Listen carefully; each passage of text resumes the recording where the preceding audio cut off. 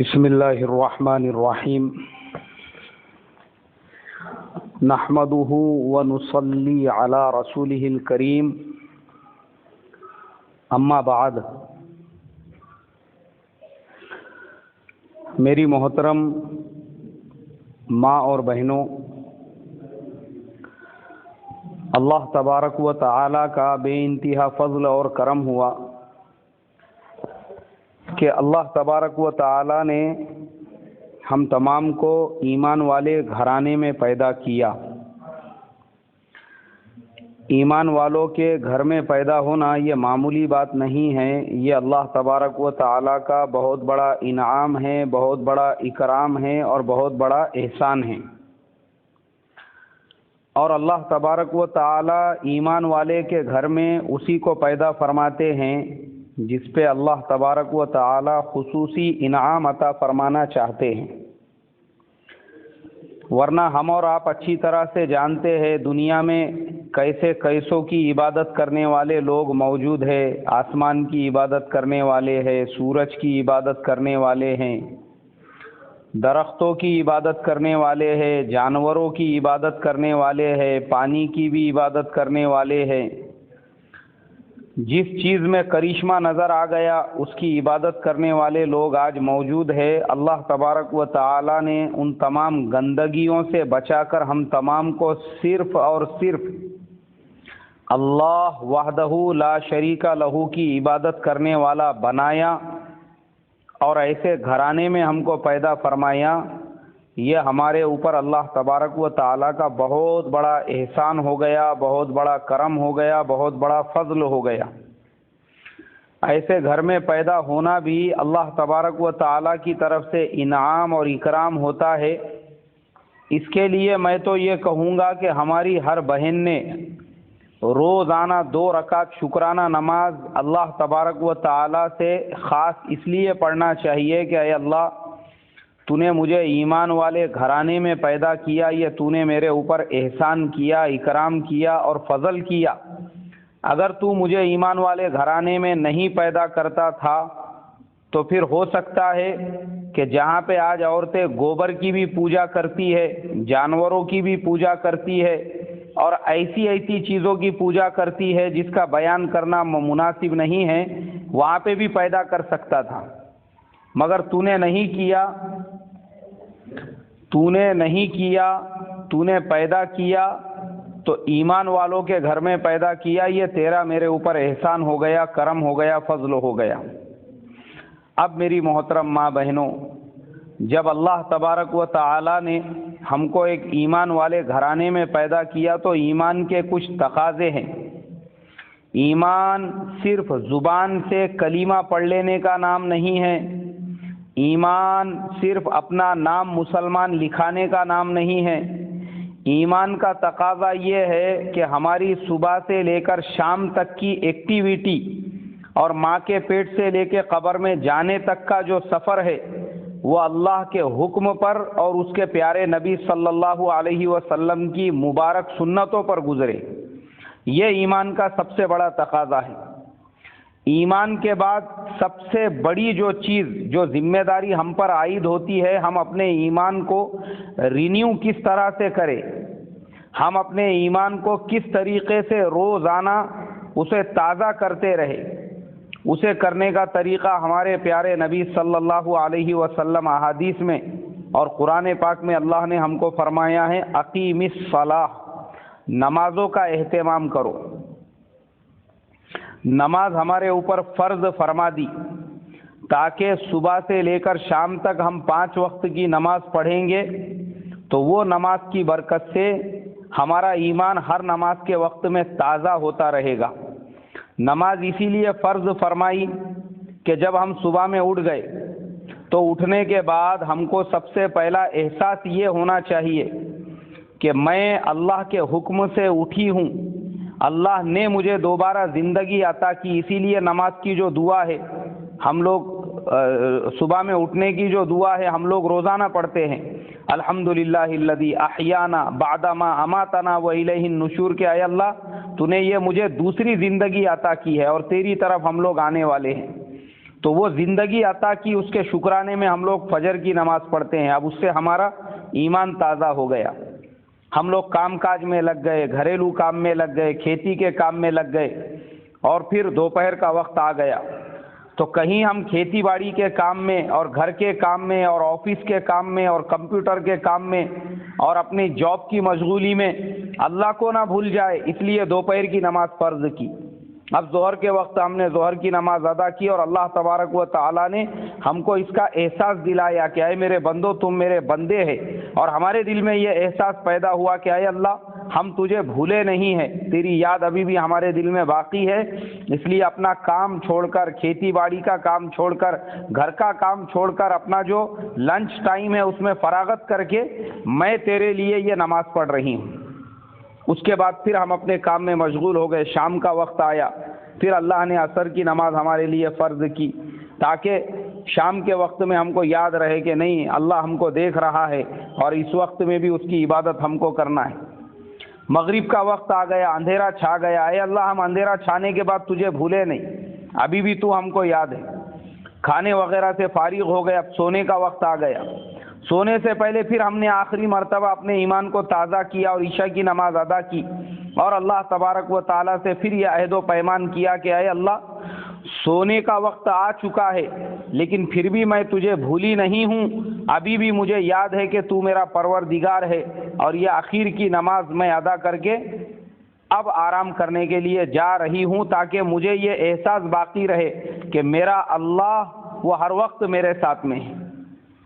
اب میری ماں بہنوں، 5 وقت کی نمازوں کا ہم نے اس طریقے سے اہتمام کیا، ہمارا ایمان تازہ رہے گا۔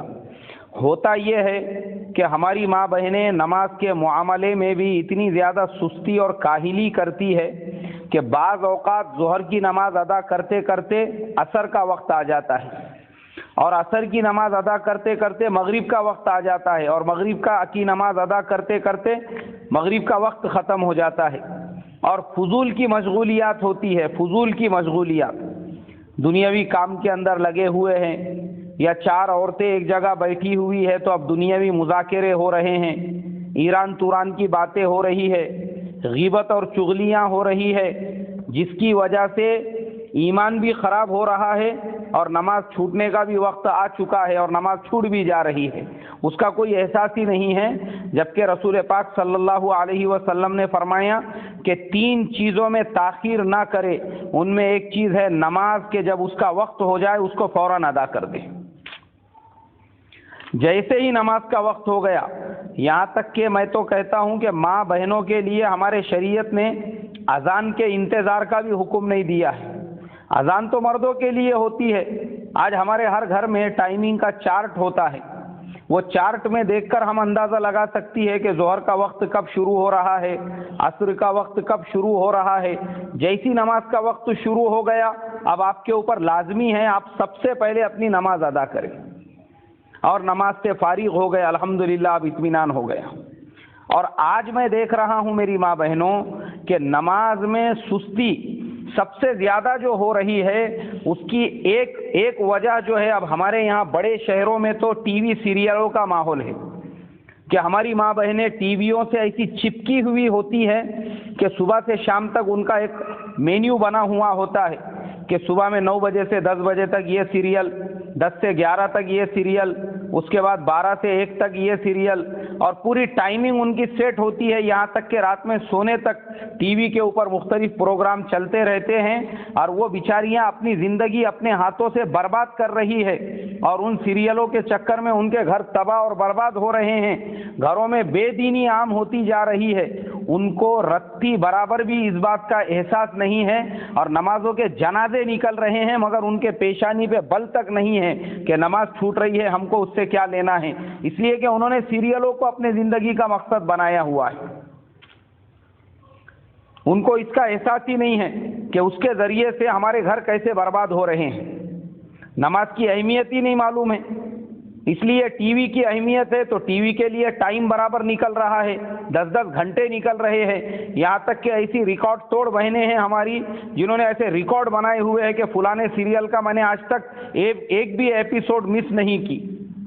اور اس پہ ان کو فخر ہوتا ہے، یعنی ایک تو گناہ کا کام ہو رہا ہے اور اس کے اوپر وہ فخر بھی کر رہی ہے، اپنے جہنم میں جانے کے لیے لوگوں کو گواہ بنا رہی ہے۔ اس سے زیادہ ہمارے ہلاکت اور بربادی کی اور کیا وجہ ہو سکتی ہے؟ ایک تو یہ وجہ ہے۔ اس کے علاوہ آج ہمارے زمانے میں صرف ٹی وی ایک ایسی چیز نہیں ہے جس کی وجہ سے بے دینی عام ہو رہی ہے، جس کی وجہ سے گھروں میں تباہی اور بربادی آ رہی ہے۔ دوسری ایک چیز جو ٹی وی سے بھی بڑی ٹی وی آج ہمارے ہاتھوں میں آ چکی ہے، وہ ہے آج کے زمانے کے موبائل فون۔ پہلے زمانے میں ٹی وی گھر میں ایک ہوتی تھی اور وہ ایک ٹی وی کو 10 لوگ دیکھتے تھے، اور وہ بند کر دیے تو سب بند ہو جاتا تھا، مگر آج ہر ہاتھ میں ٹی وی آ چکی ہے۔ یہ موبائل فون کیا ہے؟ یہ چلتا پھرتا ٹی وی ہے، یہ چلتا پھرتا سینما ہے، یہ چلتا پھرتا ویڈیو پلیئر ہے، یہ چلتا پھرتا ہمارے ہاتھ کے اندر جو ہے سب کچھ ہے۔ آج اس کے ذریعے سے ٹی وی ہمارے ایک ایک کے گھر میں اور ہاتھ میں پہنچ چکی ہے۔ اب ہماری ذمہ داری یہ بنتی ہے کہ موبائل ضرورت کی چیز ہے، ہم اس کو ضرورت کے درجے میں رکھیں۔ جیسے مثال کے طور پر ایک چھری ہوتی ہے، چھری کا کام یہ ہوتا ہے اس سے سبزی کاٹنا، ترکاری کاٹنا اور اس کے بعد اس کو رکھ دینا، لیکن وہی چھری اتنی خطرناک ہوتی ہے کہ اگر آپ چاہیں تو اس سے سبزی ترکاری بھی کاٹ سکتی ہے اور اس سے کسی کا گلا بھی کاٹ سکتی ہے۔ دونوں چیزیں کاٹنے کے وہ چھری کام میں آتی ہے۔ یہی مثال آج ہمارے موبائل کے اوپر ڈیپینڈ ہوتی ہے کہ موبائل فون کے ذریعے سے آپ اچھے کام بھی کر سکتی ہے، موبائل کے ذریعے سے آپ اپنے رشتہ داروں سے بات بھی کر سکتی ہے، اپنے محرم سے، موبائل کے ذریعے سے آپ دینی معلومات بھی حاصل کر سکتی ہے، لیکن اسی موبائل کے ذریعے سے اپنے دین کو خراب بھی کر سکتی ہے۔ اس لیے میری ماں بہنوں، اپنے آپ کو موبائل کا عادی مت بناؤ۔ آج ہمارے گھروں میں ہم لوگ اتنے زیادہ موبائل کے عادی ہو چکے ہیں، چھوٹے چھوٹے بچے بھی آج ہمارے، پہلے زمانے میں ایسا ہوتا تھا کہ مائیں بچوں کو نبیوں کے قصے سناتی تھی، اور آج ذرا بچے نے رویا تو اس کو موبائل پہ ویڈیو لگا کے دے دیتی ہے، موبائل پہ گانا لگا کے دے دیتی ہے۔ میں نے آج سے چند دن پہلے ہی ہمارے اصلاح معاشرہ کے ایک سبق میں بتایا تھا کہ میں ٹرین کے اندر سفر کر رہا تھا اور ایک بہن ہماری مسلمان سامنے بیٹھی ہوئی تھی، اس کے شوہر بھی ساتھ میں تھے، اور مشکل سے 1 سے 1.5 سال کی بچی ہوں گی جو ان کے گود میں تھی۔ اب وہ بچی رو رہی ہے، چلا رہی ہے، پریشان کر رہی ہے، اور اس کو سمجھا رہے ہیں، اس کے سمجھ میں نہیں آ رہا ہے، تو اس کے والد نے جیب میں سے موبائل نکالے اور اس کے اوپر ایک فلم کا گانا لگا کے اس کے ہاتھ میں دے دیے۔ وہ بچی خاموش ہو گئی اور اس کے بعد وہ ڈانس کرنے لگی۔ وہ چھوٹی سی بچی، ابھی پیر کھڑے نہیں ہو سکتے، مگر انہوں نے اسی عمر سے اپنی بچی کو جو ہے فاحشہ بنا دیا، اسی عمر سے اپنی بچی کو بے دینی کے راستے پہ ڈال دیا، اور وہ بچی خاموش ہو گئی۔ مطلب سوچنے کی بات یہ ہے کہ آج یہ زہر ہمارے کتنے اندر تک پہنچ چکا ہے، ہم کو اس کا احساس بھی نہیں ہے کہ چھوٹے چھوٹے بچوں کو بھی ہم نے اس کا ایڈکٹ بنا دیا ہوا ہے، اس کا عادی بنا دیا ہوا ہے، اور وہ بچے جو ہے اس سے ٹائم پاس کر رہے ہیں، اس کو ٹائم پاس سمجھ رہے ہیں، حالانکہ اس کی وجہ سے ان کی مینٹلٹی جو ہے وہ کمزور ہو رہی ہے، ان کا برین پاور کمزور ہو رہا ہے، ان کی آنکھیں کمزور ہو رہی ہے، ان کے صحت پہ اس کا کیا نیگیٹو اثر پڑ رہا ہے اس کا ہم کو احساس ہی نہیں ہے، مگر ہم نے دے دیا چھوٹے بچے کے ہاتھ میں۔ اور یہ موبائلوں کی وجہ سے آج ہمارے گھروں میں شیطان ایسے داخل ہو چکا ہے کہ ہمارے بچوں کو نبیوں کے نام پتہ نہیں، صحابیات کے واقعات پتہ نہیں، مگر فلموں میں کام کرنے والے جو ناچنے گانے والے ہیں، آپ کسی کی فوٹو موبائل پہ آ گئی، بچے کے منہ میں سے الفاظ نہیں نکل رہے ہیں مگر پھر بھی وہ کوشش کر رہا ہے اس کا نام بولنے کی۔ یہ آج ہمارے گھروں کا ماحول ہو چکا ہے موبائلوں کی وجہ سے۔ اور بہت ساری ہماری بہنیں، مسلمان بہنیں ایسی ہے، اللہ معاف کرے، وہ پروفائل کے اوپر اپنی فوٹو رکھتی ہے، پروفائل پکچر کے اوپر ان کو فخر محسوس ہوتا ہے کہ لوگ میرے حسن کو دیکھے، میرے خوبصورتی کا جلوہ دیکھے، ہر ایک کو پتہ ہونا چاہیے کہ میں کسی سے کم نہیں ہوں بول کے۔ کچھ بہنیں ہماری ایسی نادان ہوتی ہے اور ان کو یہ پتہ نہیں ہوتا ہے کہ ان کے انہی فوٹوؤں کا لوگ کیسے مس یوز کرتے ہیں، مس یوز بولے تو غلط استعمال کیسے کرتے ہیں، بعد میں اسی فوٹو کو فیس بک کے اوپر شیئر کرتے ہیں، بعد میں وہی فوٹو پہنچتے پہنچتے لاکھوں ہزاروں لوگوں تک پہنچتی ہے اور لوگ اس کے اوپر گندے گندے کمنٹس کرتے ہیں اور بھدی بھدی باتیں اس باشرع بہن کے بارے میں لکھتے ہیں جس کو میں مسجد میں بیان نہیں کر سکتا۔ اور میں آپ کو بتاتا ہوں، میرے ساتھ خود ایک آج سے جو ہے چند دن پہلے ایک واقعہ پیش آیا. ایک غیر مسلم نوجوان جس کے ساتھ جو میرے کانٹیکٹ لسٹ کے اندر تھا، میں اس کے ساتھ میں بات چیت کیا کرتا تھا، اسلام کی باتیں وغیرہ وہ پوچھتا تھا، لیکن بعد میں پتہ چلا کہ اس کا تعلق ایک اسلام دشمن تنظیم کے ساتھ میں ہے، اور اس کو صرف یہ جاننا تھا کہ ہم لوگ اسلام کی کیسی محنت کر رہے ہیں. کچھ دنوں کے بعد میں نے کیا کیا، اس کے نمبر کو ٹریک کیا کہ یہ نمبر یہ آن لائن کہاں کہاں پہ یوز کر رہا ہے. تو مجھے پتہ چلا کہ یہ نمبر سے اس نے فیس بک کے بھی اکاؤنٹ کھولے ہوئے ہیں. اس کی جب میں نے تحقیقات کیا تو مجھے اتنا دھچکا اور صدمہ پہنچا کہ اس نے اپنے پوسٹ کے اندر کئی مسلمان بہنوں کی تصویریں جو ہے ڈالی ہوئی تھی، کئی بہنوں کی تصویریں. میں نے جب اس سے تحقیقات کی یہ تجھے کہاں سے ملی ہے، تو اس نے کہا کہ میں لوگ گروپوں میں جا کے یہ لسٹ دیکھتا ہوں کہ اس میں کتنی مسلمان عورتیں ہیں، اور ان کی فوٹوؤں کو نکال کر جو ہے ڈاؤن لوڈ کرتا ہوں، اور اس طریقے سے جو ہے ان کا مذاق بنا دیتا ہوں. ہم کو اس کا احساس بھی نہیں ہے کہ ہمارے فوٹوؤں کا کیسے مس یوز ہو رہا ہے، اور دشمن ہماری تصویروں کو کیسے سازش کا نشانہ بنا رہے ہیں. اس کے علاوہ وہ فوٹوؤں کو کہاں کہاں استعمال کرتے ہیں اور لے کر جاتے ہیں، یہ باتیں بتانا مناسب نہیں ہے. تو ہماری ذمہ داری یہ بنتی ہے کہ ہم اپنی تصویر کو پہلے تو پروفائل کے اوپر نہ رکھے. آپ نے شاید حضرت مولانا یونس صاحب پالن پوری دامت برکاتہم و مد ظلہ العالی کی ایک آڈیو کلپ تھوڑے دن پہلے شاید سنی ہوں گی، جس کے اندر حضرت نے یہ کہا تھا کہ جو لوگ اپنی پروفائل پکچر رکھتے ہیں، لوگ اس کے اوپر جادو اور سحر کا اثر کرتے ہیں، اور جادو اور سحر کرنے میں اس سے آسانی ہوتی ہے. اور مستورات کے لیے تو آپ نے صراحتاً فرمایا تھا کہ کسی بھی طرح سے یہ جائز نہیں ہے، کسی بھی طرح سے. تو اس لیے میری ماں بہنوں، اس میں احتیاط برتو. اور آج کل کیا ہو چکا ہے کہ نامحرموں کے ساتھ میں بھی ہم لوگ چیٹنگ کرتے ہیں. ہماری بہت ساری بہنیں ان کے نامحرم کے ساتھ میں اگر کسی نامحرم کا نمبر مل گیا، اب اس کے ساتھ موبائل پہ چیٹ چل رہی ہے، آپ کو معلوم نہیں ہے وہ کون ہے کیا ہے، اور اس کے چکر میں آپ اس کو اپنی تصویر بھی بھیج رہی ہو. آپ کو معلوم ہی نہیں ہے کہ وہ شیطان آپ کے تصویر کا کیا مس یوز کرے گا آگے چل کر. پتہ ہی نہیں ہے ہمارے بیٹیوں کو، بہنوں کو. اس لیے کہ میں دیکھتا ہوں آج ہمارے لڑکیوں کے ہاتھوں میں موبائل ایسا ہو چکا ہے جیسے کہ وہ کوئی تسبیح ہے، اور اس کے یوز کے اوپر اللہ کی طرف سے بڑے بڑے ثواب کے وعدے ہیں. پتہ ہی نہیں ہے ان کو، معلوم ہی نہیں ہے ان کو. تو اس کے لیے احتیاط بہت زیادہ ضروری ہے. اگر آپ کی کسی سے منگنی ہو چکی ہے تو اس کے ساتھ میں بھی آپ کو موبائل پہ چیٹ کرنے کی اجازت نہیں ہے. صراحتاً حرام اور ناجائز ہے، جب تک کہ آپ کا اس سے نکاح نہیں ہو جاتا. ورنہ ہوتا یہ ہے، لڑکی یہاں پہ ہے پالن پور کے ایریے میں، لڑکا ہے بامبے میں، وہ وہاں سے آپ کو میسج بھیج رہا ہے، آپ یہاں سے میسج بھیج رہی ہو، اور آپ کی ہو سکتا ہے اس سے منگنی بھی ہو چکی ہے، وہ پھر بھی آپ کے لیے حرام اور ناجائز ہے. آپ اسی ٹائم پہ اس کو روکو اور اس سے یہ کہو کہ جب تک ہمارا نکاح نہیں ہوتا اس وقت تک میری شریعت مجھے تیرے سے بات کرنے کی اجازت نہیں دیتی ہے، اس لیے میں بات نہیں کروں گی.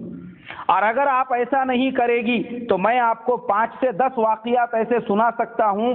ہماری بہنوں کی منگنیاں ہو گئی اور نکاح سے پہلے وہ رشتے صرف واٹس ایپ کی وجہ سے ٹوٹ گئے.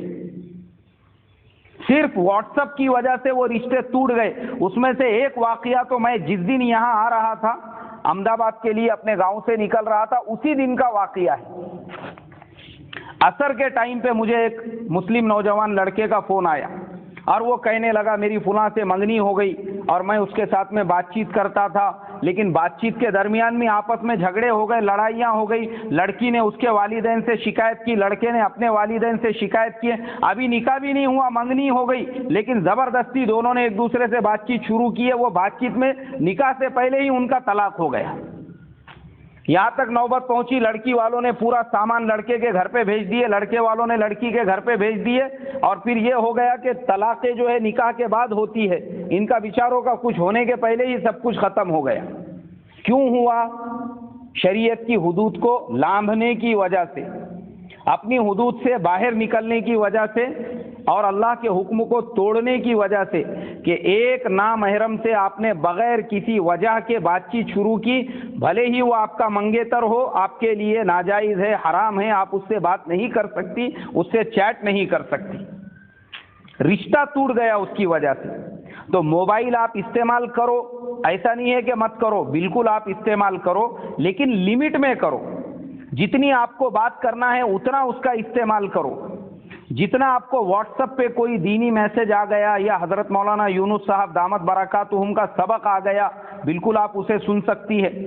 کسی عالم دین سے، مفتی سے آپ کو کوئی مسئلہ پوچھنا ہے، آپ بالکل وہ سوال ان سے دریافت کر سکتی ہے، کوئی حرج کی بات نہیں ہے۔ لیکن اتنی ہی ضرورت، جتنی اس کی ضرورت ہے، اس سے زیادہ کی جو لمٹس ہے آپ اس کو کراس نہیں کر سکتی کہ دن بھر موبائل آپ کے ہاتھ میں ہے، آپ اسے رکھنے کے لیے تیار نہیں ہے۔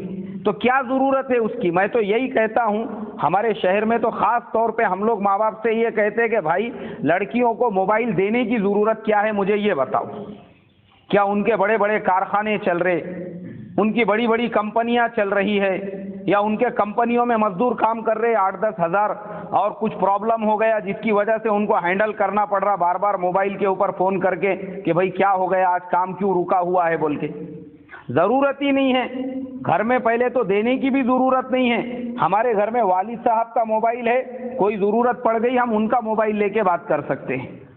بھائی کا موبائل ہے، وہ لے کر ہم اپنی ضرورت کی بات کر سکتے ہیں۔ لڑکیوں کو پرسنل موبائل دینا ہی غلط ہے، اور جو شادی شدہ بہنیں ہیں وہ بھی اس کا احتیاط کے ساتھ استعمال کرے۔ تو میں یہی بتا رہا تھا کہ پہلے زمانے میں نمازیں جو قضا ہوتی تھی وہ ٹی وی کی وجہ سے، اب ہر گھر میں ٹی وی آ چکا ہے جس کی وجہ سے نمازیں چھوٹ رہی ہے، نمازوں کا جنازہ نکل رہا ہے۔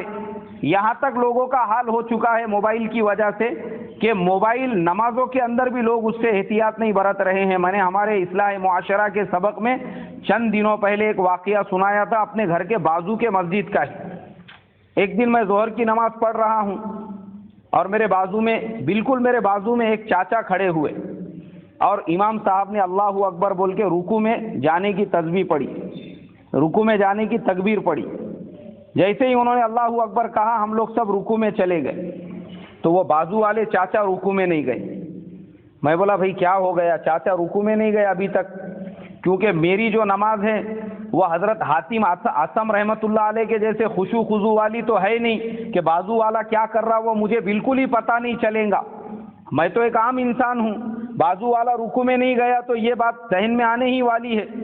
تو میں نے دیکھا کہ وہ چاچا کا موبائل زور زور سے بج رہا ہے، اور نماز کی حالت میں رکوع میں جانا چھوڑ کے وہ کھڑے ہوئے ہیں، اور کھڑے رہ کے انہوں نے اطمینان سے ہاتھ میں جیب میں سے موبائل نکالے، پہلے دیکھے کس کا نمبر آیا ہوا ہے، اس کے بعد اس کو کٹ کیے۔ میں نے بولا اچھا ہوا انہوں نے ریسیو کر کے نماز توڑ کے پیچھے جا کے بات شروع نہیں کر دی ہے۔ کٹ کر کے پھر وہ موبائل کو جیب میں رکھے جب تک سمیع اللہ لمن حمیدہ ہو چکا تھا، مگر چاچا کا موبائل رکھنا ہوا نہیں۔ جب ہم لوگ سجدے میں گئے پھر چاچا نے اطمینان سے جیب میں وہ موبائل بند کر کے رکھے اور بغیر رکوع کے ڈائریکٹ سجدے کے اندر چلے گئے۔ نماز مکمل ہو گئی اور اطمینان سے انہوں نے سلام بھی پھیر دیا، ان کو احساس بھی نہیں ہے کہ نماز کا ایک رکن، ایک فرض میرے سے چھوٹ چکا ہے۔ تو یہ آج ہمارا حال ہو چکا ہے کہ موبائل کی مشغولی کی وجہ سے چاہے مرد ہو یا ہماری ماں بہنیں ہوں، نماز قضا ہو رہی ہے، نمازوں کا ستیاناش ہو رہا ہے، اس کا ہم کو ذرہ برابر بھی احساس نہیں ہے۔ اس لیے میری ماں بہنوں، حتی الامکان کم سے کم اس کے استعمال کی ہم فکر کریں، کوشش کریں۔ اور ماؤں سے میں ریکویسٹ کروں گا، ہماری جو مائیں میرا بیان سن رہی ہیں ان ماؤں سے میں ریکویسٹ کروں گا کہ خالہ جان، اماں جان، آپ اپنے بیٹیوں کے موبائلوں پہ تھوڑی سی واچ رکھے کہ آپ کی بیٹی کس سے بات کر رہی ہے، اجنبی مرد سے تو نہیں بات کر رہی ہے، کسی نامحرم سے تو بات نہیں کر رہی ہے۔ ورنہ آج کل ہوتا یہ ہے، بڑے شہروں میں تو یہ اتنا بڑا مسئلہ پیدا ہو چکا ہے کہ موبائل میں لڑکیاں لڑکوں کے نام بھی حمیدہ کے نام سے سیو کر کے رکھتی ہے، بعد میں پتہ چلتا ہے کہ وہ چچا عبد الحمید کا نمبر ہے بول کے۔ یہ ذمہ داری کس کی ہے؟ ماؤں کی ذمہ داری ہے، والدین کی ذمہ داری ہے۔ وہ اپنے بیٹیوں کو ایک تو زیادہ موبائل استعمال کرنے نہ دے، اور اس کے علاوہ موبائل کی جانچ کرتے رہے کہ ہماری بیٹی کے موبائل میں کس کے نمبر ہے اور کس سے وہ بات کرتی ہے۔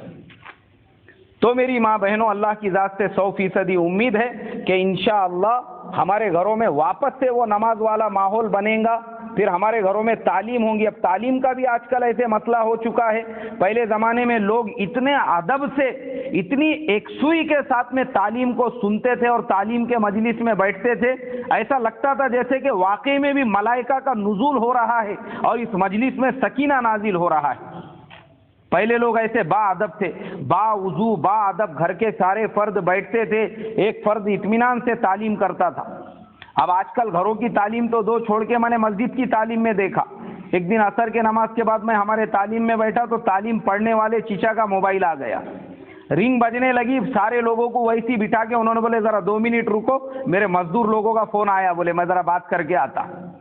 ادھوری حدیث چھوڑ کے نشان وہاں پہ رکھ کے وہ باہر گئے اور سارے لوگ بیٹھے ہوئے ہیں کہ اب باقی کی جو بچی ہوئی حدیث ہے, بیچ میں جو حضرت نے بریک لے لیے, پہلے دوسری چیزوں میں بریک لیا جاتا تھا, اب حدیث کے درمیان میں بریک لے لیے انہوں نے. اب کب حضرت کی واپسی ہوتی ہے پتہ نہیں, اور وہ حدیث کب مکمل ہوں گی. اور یہ سب سے بڑی بے ادبی ہے حدیث کی. ایسی حدیث اگر پڑھی جائے گی تو خدا کی قسم اس حدیث کے پڑھنے کی وجہ سے ہمارے دلوں کے اندر انوار تو کیا پیدا ہوں گے, الٹا اللہ کا عذاب آئے گا اس کی بے ادبی کرنے کی وجہ سے. تو اس لیے میری ماں بہنوں, ہم تعلیم بھی ایک سوئی کے ساتھ کریں, ہماری نماز بھی ایک سوئی کے ساتھ میں ہوں, اور جب موبائل ہمارے بند رہیں گے اور بقدر ضرورت استعمال ہوں گے تو اللہ کی ذات سے 100% امید ہے کہ یہ تمام چیزیں ہماری قابو میں آئیں گی. اب اس کے بعد دین اور کیسے ہمارے زندگی میں آئے گا. میں نے جو کہا کہ اللہ نے ہم کو ایمان کی دولت دی, اور ایمان کب تازہ ہوگا, نمازوں کے اہتمام کے بعد. اور نمازوں کا اہتمام کب ہوگا, جب ہمارے اندر خشوع ہوگا, خضوع ہوگا, اطمینان سے ہم نمازیں ادا کریں گے. پھر ایمان تازہ ہوگا اللہ کے حکموں کو پورا کرنے کے بعد. اور عورتوں کے لیے اللہ کا سب سے بڑا حکم کیا ہے, گھر کی 4 دیواری یہی ان کے لیے مسجد ہے. حضور نے فرمایا عورت کی سب سے بہترین مسجد اس کے اپنی گھر کی 4 دیواری ہے. اور پھر کیا فضیلت بیان کی, پردے کی فضیلت, کہ جو عورتیں پردوں کے اندر رہتی ہے, جو ماں بہنیں ہماری پردوں کا اہتمام کرتی ہے, اللہ کے پیارے نبی صلی اللہ علیہ وسلم نے بے شمار فضائل ان کے لیے بیان کیے. اور بے پردہ عورت جس کے بارے میں فرمایا کہ قیامت کے قریب ایک زمانہ ایسا آئے گا کہ عورتیں پردے میں ہو کر بھی بے پردہ ہوگی, کپڑے پہن کر بھی بغیر کپڑوں کے ہوگی. فرمایا ان کے اوپر اللہ کی لعنت ہے, اس کے فرشتوں کی لعنت ہے, اور جس راستے سے یہ گزریں گی شیطان کا ایک پورا کیا پورا ٹولہ اس کے پیچھے چلے گا مردوں کو ورغلانے کے لیے. اب میری ماں بہنوں, آج ہمارے زمانے میں ہم اور آپ دیکھ رہے ہیں کہ پردہ جسے کہتے ہیں وہ ہمارے مسلم سماج کے اندر سے ایک دم ختم ہو چکا ہے. اوریجنل پردہ جسے کہا جاتا تھا قرآن میں, جس کو اللہ نے بیان کیا ہے کہ عورت کے سر کا بال بھی نظر نہیں آنا چاہیے, پیر کا ناخن بھی نظر نہیں آنا چاہیے, ہاتھ کی ہتھیلیاں بھی نظر نہیں آنا چاہیے, وہ پردہ آج ہمارے معاشرے سے ختم ہو چکا ہے. پہلی چیز تو آج کی ہماری ماں بہنیں اتنی ماڈرن ہو چکی ہے, خاص طور پہ شہروں میں, کہ انہوں نے 2-4 کلاسیں زیادہ پڑھ لی ہے. ان کو یہ لگتا ہے کہ پردہ میرے لیے ہے ہی نہیں. ان کے دماغ میں یہ خمار بیٹھ جاتا ہے کہ میں کیوں پردہ کروں, میں تو ایک دم ماڈرن لائف جینے والی ہوں. تو وہ اپنے لیے رول ماڈل سمجھتی ہے دنیا کی ان ذلیل عورتوں کو جن کے اوپر اللہ کے نبی صلی اللہ علیہ وسلم کی لعنت ہے. ان کو رول ماڈل سمجھ کے اپنے سروں پہ دوپٹہ رکھنا پسند نہیں کرتی ہے. اور ایسی بھی ذلیل عورتیں میں نے دیکھا ہوں, مسلمان عورتوں کو, جو بغیر دوپٹے کے خود اپنے فیس بک کے اوپر اپنی فوٹو شیئر کرتی ہے, سارے بال ان کے کھلے ہوئے ہیں, بدن کے اوپر پردہ نہیں ہے, کچھ نہیں ہے, پورا جسم ان کا نظر آ رہا ہے, اور خود اپنی نمائش کر رہی ہے. وہ اس سے زیادہ منحوس اور دلندر اور اللہ کو ناراض کرنے والی عورت دنیا میں ہو ہی نہیں سکتی, جو علل اعلان اللہ کے حکم کو توڑ رہی ہے. ایک تو وہ عورت ہوتی ہے کہ مجبوری میں اس کے ہاتھ سے اللہ کا کوئی حکم ٹوٹ گیا, اس نے توبہ کر لی, اللہ نے اس کو معاف کر دیا. اور ایک وہ ہوتا ہے باغی جو علل اعلان اللہ کا حکم توڑتا ہے اور اللہ کو چیلنج کرتا ہے کہ کار تجھے کیا کرنا ہے, جیسے قوم سمود اور قوم عاد نے اپنے نبیوں سے کہا تھا. وَيَقُولُونَ مَتَىٰ هَٰذَا الْوَعْدُ إِن كُنتُمْ صَادِقِينَ. ارے کیا خالی ہم کو ڈرا رہے بولے, نبیوں سے کہا, خالی ہم کو دھوس دے رہے اللہ میاں کی طرف سے عذاب آئے گا, عذاب آئے گا, عذاب آئے گا. ارے ہم بھی وہی عذاب کا انتظار کر رہے، بولے تیرے اللہ کا کب عذاب آئے گا، نبیوں سے یہ کہا ان لوگوں نے۔ اور پھر جب اللہ کا عذاب آیا تو دنیا جانتی ہے کہ فرشتوں نے ان کو پہلے آسمان تک اٹھایا اور اٹھانے کے بعد زمین پہ پٹک دیا، تو تب ان کو پتا چلا کہ یہ اللہ کا عذاب ہوتا ہے۔ تو آج کے زمانے کی وہ فیشنیبل عورتیں جو اللہ کے حکموں کو توڑ کر علل اعلان راستوں پہ بغیر پردوں کے اور بغیر برقعوں کے مردوں کو اپنی طرف راغب کرنے کے لیے نکلتی ہے، ان عورتوں کی مثال وہی فاحشہ عورتوں کی طرح سے ہے جو اپنی عصمت اور عزت کا سودا کرتی ہے۔ ان میں اور ان بے پردہ عورتوں میں کوئی فرق نہیں ہے، اور یہ اللہ کے عذاب کو چیلنج کر رہی ہے۔ اور میں آپ کو بتا دوں، ایسے اللہ کے عذاب کو چیلنج کرنے والی عورتوں کو آج کے زمانے میں بھی اللہ ان کے ایسے عبرتناک حال کر رہا ہے کہ در بدر کی ٹھوکریں کھاتے ہوئے وہ پھر رہی ہے۔ دیوانے سے برا اور بدتر ان کا حال ہو چکا ہے، اور ان کو یہ لگ رہا ہے کہ میں بہت فیشنیبل بنی ہوئی ہوں، غیروں کے مردوں کے ہوس کا نشانہ وہ بن رہی ہے، اور ان کو لگ رہا ہے کہ ہم تو ماڈرن لوگ ہیں، یورپین کلچر کے اوپر چلنے والے۔ لیکن میری ماں بہنوں، جو ماں بہنیں ہماری پردہ کرنے والی بھی ہے، ان ماں بہنوں میں بھی اکثریت ان ماں بہنوں کی ہے جن کو سیدھا سادہ برقع پہننے میں تکلیف محسوس ہوتی ہے۔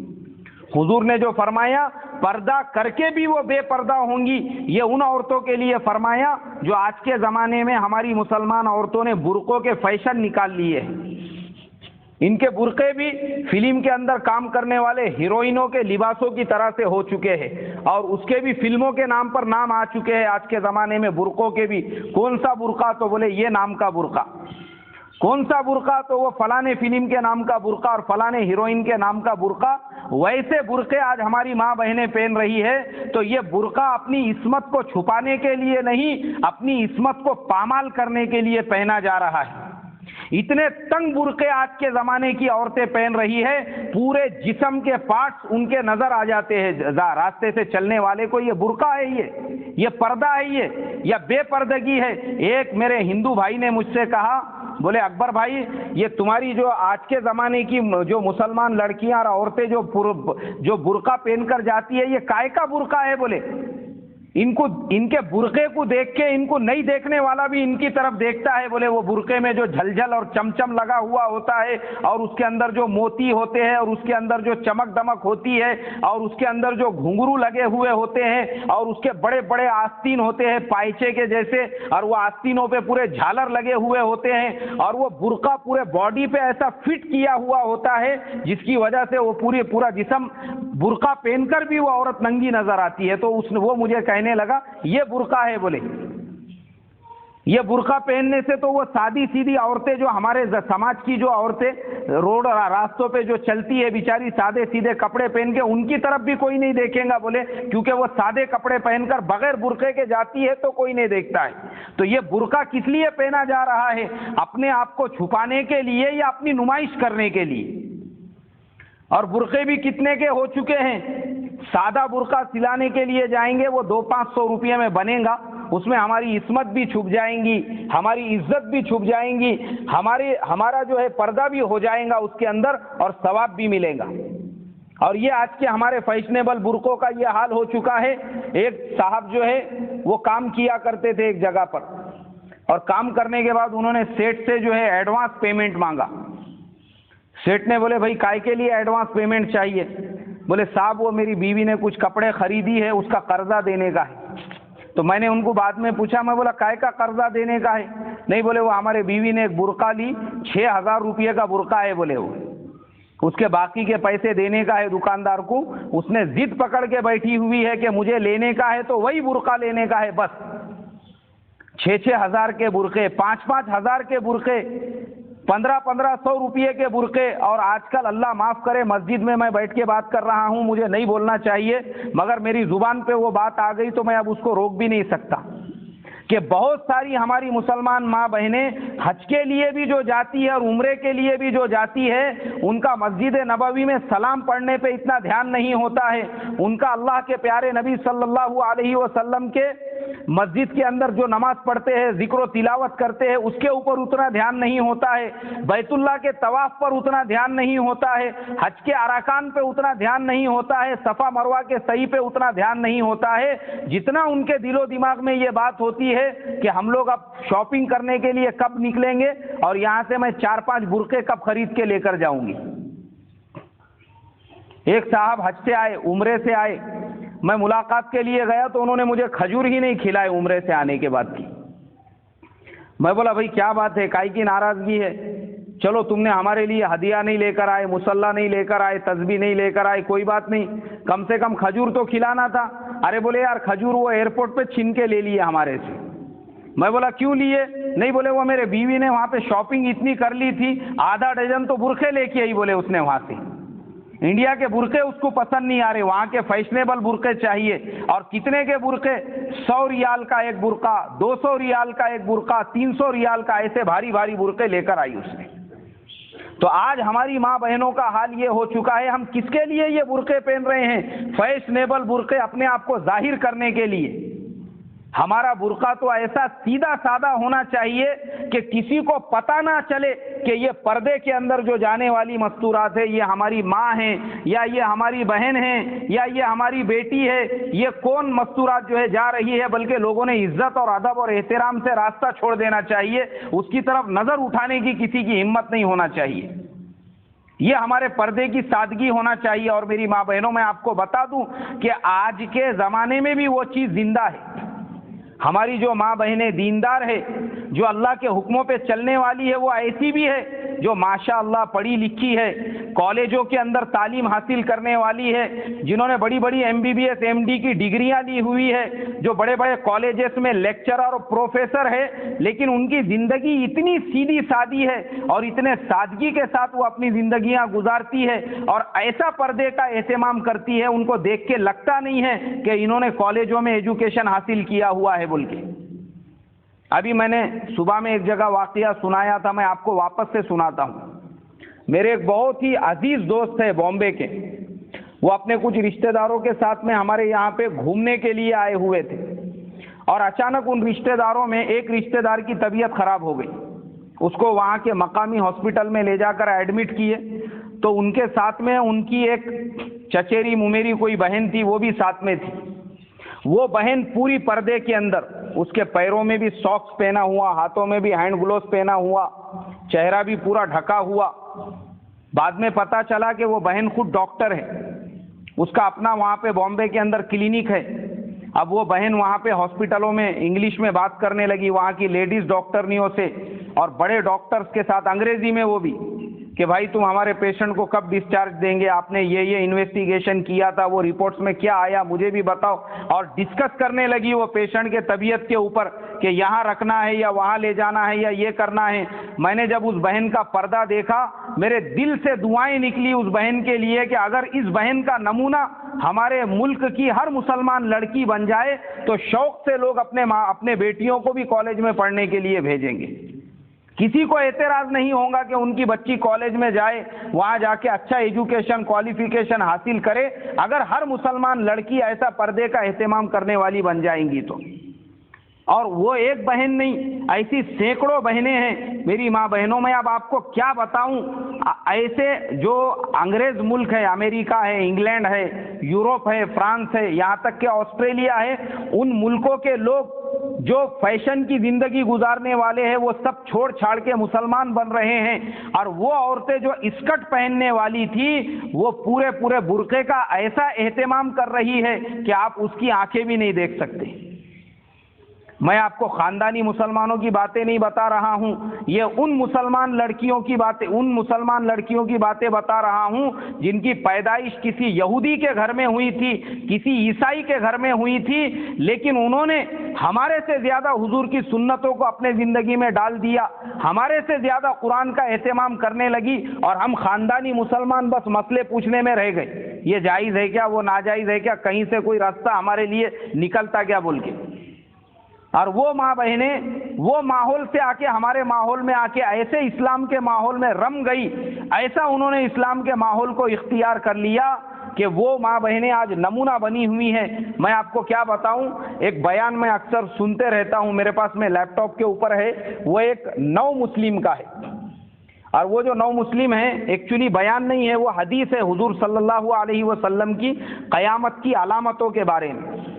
وہ نو مسلم نے قیامت کی علامتوں کی جو حدیث میں جو باتیں تھی، ان باتوں کو آج کے زمانے میں صحیح میں کیا چل رہا ہے اس کے حساب سے اس کو پیش کیا ہوا ہے. اور پوری حدیث انگریزی کے اندر ہے اور عربی کے اندر ہے. وہ بعد میں نے وہ نوجوان کے بارے میں تحقیق کیا. میں بولا بھائی یہ کون نوجوان ہے جو اتنا فاسٹ عربی اور انگلش کے اندر حدیث سمجھا رہا ہے اور آج کے زمانے کے حساب سے جو ہے لوگوں کو حدیث بتا رہا ہے.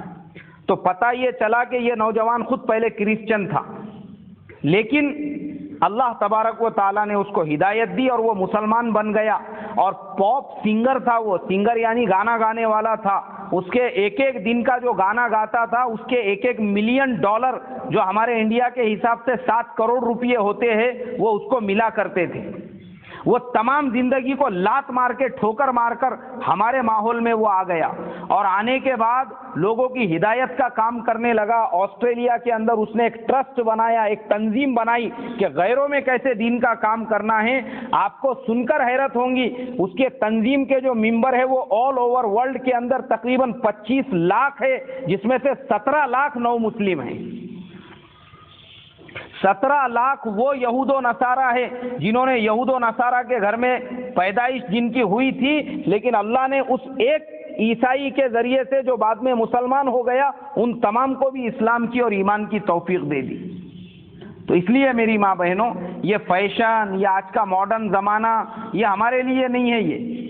یہ سب چیزیں بس ہم کو تباہ کرنے والی ہے، برباد کرنے والی ہے، گھروں کے ماحول کو خراب کرنے والی ہے. اس کے علاوہ کچھ بھی نہیں ہے.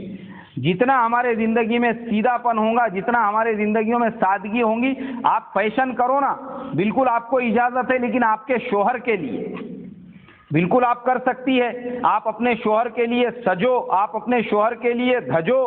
آپ کو سجنے دھجنے سے کوئی منع نہیں کرے گا، الٹا آپ کو آپ کے شوہر کے لیے سجنے دھجنے پر ثواب ملے گا. لیکن نامحرم کے لیے آپ کو کہیں پہ بھی شریعت اجازت نہیں دیں گی. اور ہمارا ہوتا یہی ہے کہ ہماری ماں بہنوں کو گھر میں تو ایک دم گندا بساندہ رہنے کی عادت ہوتی ہے. 4 دن سر میں کنگا نہیں کیا ہوا اور پورا ایک دم ایسا حال لگتا ہے دیکھنے کے بعد میں کہ انسان کو رحم آ جائے اور انسان 2 رکعت صلاۃ الحاجت پڑھ کے اس کے لیے دعا کرے. لیکن جب وہی ہماری بہن کسی شادی کے پروگرام میں جانے کی تیاری کرتی ہے، کسی رشتہ دار کے وہاں ملنے کے لیے جاتی ہے، شاپنگ کے لیے جانے کا جب ارادہ ہوتا ہے، کہیں سفر پہ جانے کا ارادہ ہوتا ہے، اب آپ کے یہاں تو ماحول نہیں ہوگا. ہمارے یہاں پہ تو یہ ماحول ہے کہ پہلے وہ بیوٹی پارلر میں جا کے 500 روپے وہاں خرچ کرتی ہے، فیشل وغیرہ کراتی ہے، اور وہ سب کرانے کے بعد میں پھر جب ایک دم پولے کے بیل کے جیسا سج دھج کے گھر پہ آتی ہے، پھر وہ روڈ سے راستے سے نکلتی ہے وہ پروگرام میں جانے کے لیے، شادی کے پروگرام میں جانے کے لیے، سفر پہ جانے کے لیے، شاپنگ پہ جانے کے لیے.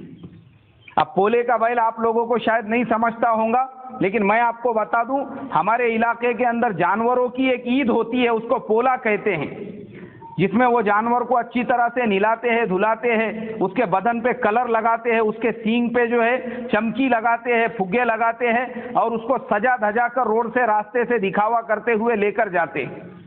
تو ہمارے یہاں پہ ایسی فیشنیبل جو عورتیں ہوتی ہے جو گھروں میں تو ایک دم گندا سندا بساندہ رہتی ہے، لیکن باہر جانے کا بولے تو فوراً اپنے آپ کو تیار اور ریڈی کر کے نکلتی ہے، ایسوں کو پولے کا بیل کہا جاتا ہے. اس لیے میری ماں بہنوں، شریعت نے آپ کو اجازت دی، آپ فیشن کر سکتی، سج سکتی، سنور سکتی، جو کرنا ہے کر سکتی، لیکن وہ کس کے لیے؟ اپنے شوہر کے لیے، اپنے ہسبینڈ کے لیے. ورنہ کچھ بہنیں یہ بولتی، ارے بولے وہ دلیندر صورت دیکھ دیکھ کے ہم بیزار آ گئے ہوئے ہیں، اس کے لیے کیا ہے سجنے کا اور سنورنے کا. ایسی بھی کچھ ماں بہنیں ہوتی ہے، مگر ایسا نہیں ہے. آپ کے لیے زمین کے اوپر خدا کے بعد اگر کسی کا مقام اور مرتبہ ہے تو وہ آپ کے شوہر کا ہے. چاہے آپ کا شوہر کیسا بھی ہو، آپ کے لیے جو کچھ بھی اجر و ثواب اللہ نے رکھا ہے اس کی رضا میں رکھا ہے، اس کی خوشی میں رکھا ہے. یہ آج ہماری ہر ماں بہن کو پتہ ہونا چاہیے. جو کچھ بھی ہے آپ کے لیے وہی ہے، اس کی رضا میں اللہ کی رضا ہے. اور اس کی ناراضگی میں اللہ تبارک و تعالیٰ کی ناراضگی چھپی ہوئی ہے۔ ورنہ یاد رکھو، اگر ہم نے اپنے شوہر کا خیال نہیں رکھا، اس کا ادب نہیں کیا، اس کا احترام نہیں کیا، اس کے حقوق کی رعایت نہیں کی، تو آج ہمارے معاشرے میں طلاق دن بدن عام ہوتی جا رہی ہے، عام ہوتی جا رہی ہے، اور ذرا ذرا سی بات پہ لوگ طلاق کو دے رہے ہیں، ذرا ذرا سی بات کے اوپر۔ کیوں ہو رہی ہے یہ چیزیں؟ کیونکہ ہم ایک دوسرے کے حقوق ادا کرنے کے لیے تیار نہیں ہیں۔ اس لیے میری ماں بہنوں، میں آپ تمام سے یہی ریکویسٹ کروں گا، یہی درخواست کروں گا کہ ہم ایک دوسرے کے حقوق کو سمجھیں، ایک دوسرے کو نبھا کر لے کر چلنے کی فکر کرے، کوشش کرے، اور ہم یہ سوچے کہ ایک مرد اور عورت کی جو طلاق ہے وہ ایک مرد عورت کی طلاق نہیں ہوتی، ایک مرد اور عورت کی جو لڑائی ہے وہ ایک مرد اور عورت کی لڑائی نہیں ہوتی، ایک مرد اور عورت دونوں کے بیچ کی جدائی وہ دو لوگوں کے بیچ کی جدائی نہیں ہوتی ہے، وہ لڑائی ہوتی ہے دو خاندانوں کے درمیان کی لڑائی، دو محلوں کے درمیان کی لڑائی، دو برادریوں کے درمیان کی لڑائی، دو بستیوں کے درمیان کی لڑائی۔ وہ جدائی ہوتی ہے دو محلوں کے درمیان کی جدائی، دو خاندانوں کے درمیان کی جدائی، دو برادریوں کے درمیان کی جدائی، دو بستیوں کے درمیان کی جدائی۔ وہ مسئلہ دو لوگوں کا نہیں ہوتا ہے، ان کے پیچھے جو 100 لوگ کھڑے ہوئے ہوتے ہیں، یہ مسئلہ ان کا بھی ہوتا ہے۔ اور یہ مسائل کب پیدا ہوتے ہیں میری ماں بہنوں؟ جب ہم ایک دوسرے کے حقوق کی رعایت نہیں کرتے۔ اور شریعت نے آپ کو اجازت دی ہے، اگر آپ کو کوئی پسند نہیں ہے تو شریعت نے مرد سے زیادہ عورت کو حق دیا ہے کہ وہ نکاح سے پہلے صاف لفظوں میں اپنے ماں باپ سے کہے کہ یہ لڑکا مجھے پسند نہیں ہے، مجھے اس سے نکاح نہیں کرنا ہے۔ بات ختم ہو گئی، آپ کی راضی مرضی آپ کے ماں باپ کو پتہ ہو گئی، وہ اس حساب سے قدم اٹھائیں گے۔ لیکن سب ہونے کے بعد میں پھر وہ شوہر کو نبھا کے نہیں لے کر چلنا اور پھر طلاق کے مسئلے کو کھڑا کرنا، یہ اپنے ماں باپ کو سب سے زیادہ تکلیف دینا ہے۔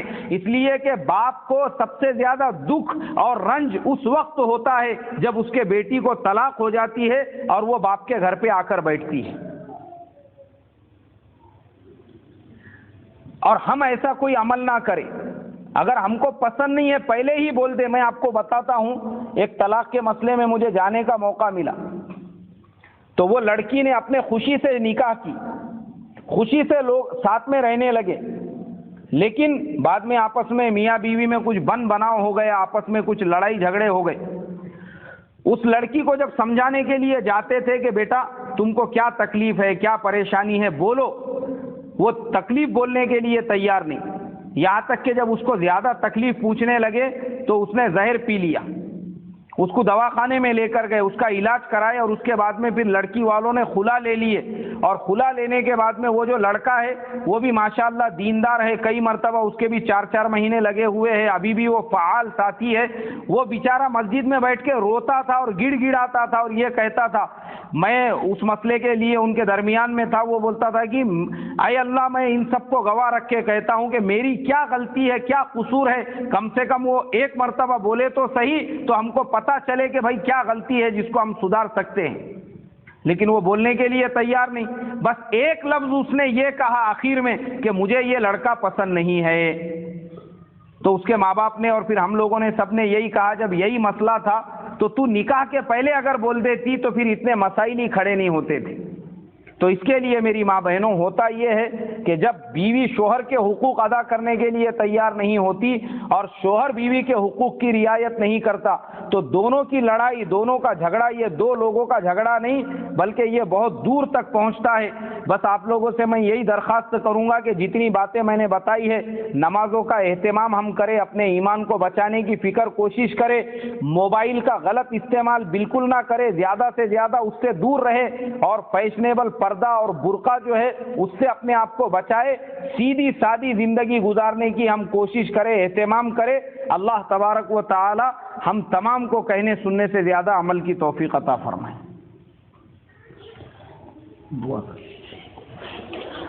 بسم اللہ الرحمن الرحیم، اللہم صلی علی سیدنا و حبیبنا و شفیعنا و مولانا محمد وبارک وسلم۔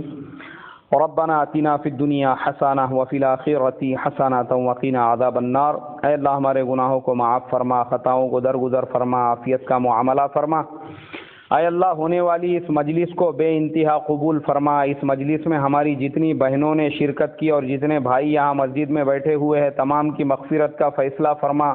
تمام کے بیٹھنے کو بے انتہا قبول فرما. اے اللہ ہماری مغفرت کا اس کو ذریعہ بنا. ہمارے زندگیوں میں سادگی پیدا فرما.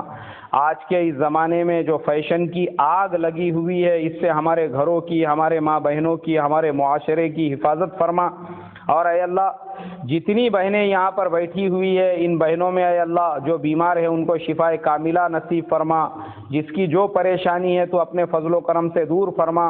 اور اے اللہ ہماری ان دعاؤں کو اپنے فضل و کرم سے قبول فرما. صلی اللہ تعالی علی خیر خلقہ محمد وعلی آلہ واصحابہ اجمعین برحمتک یا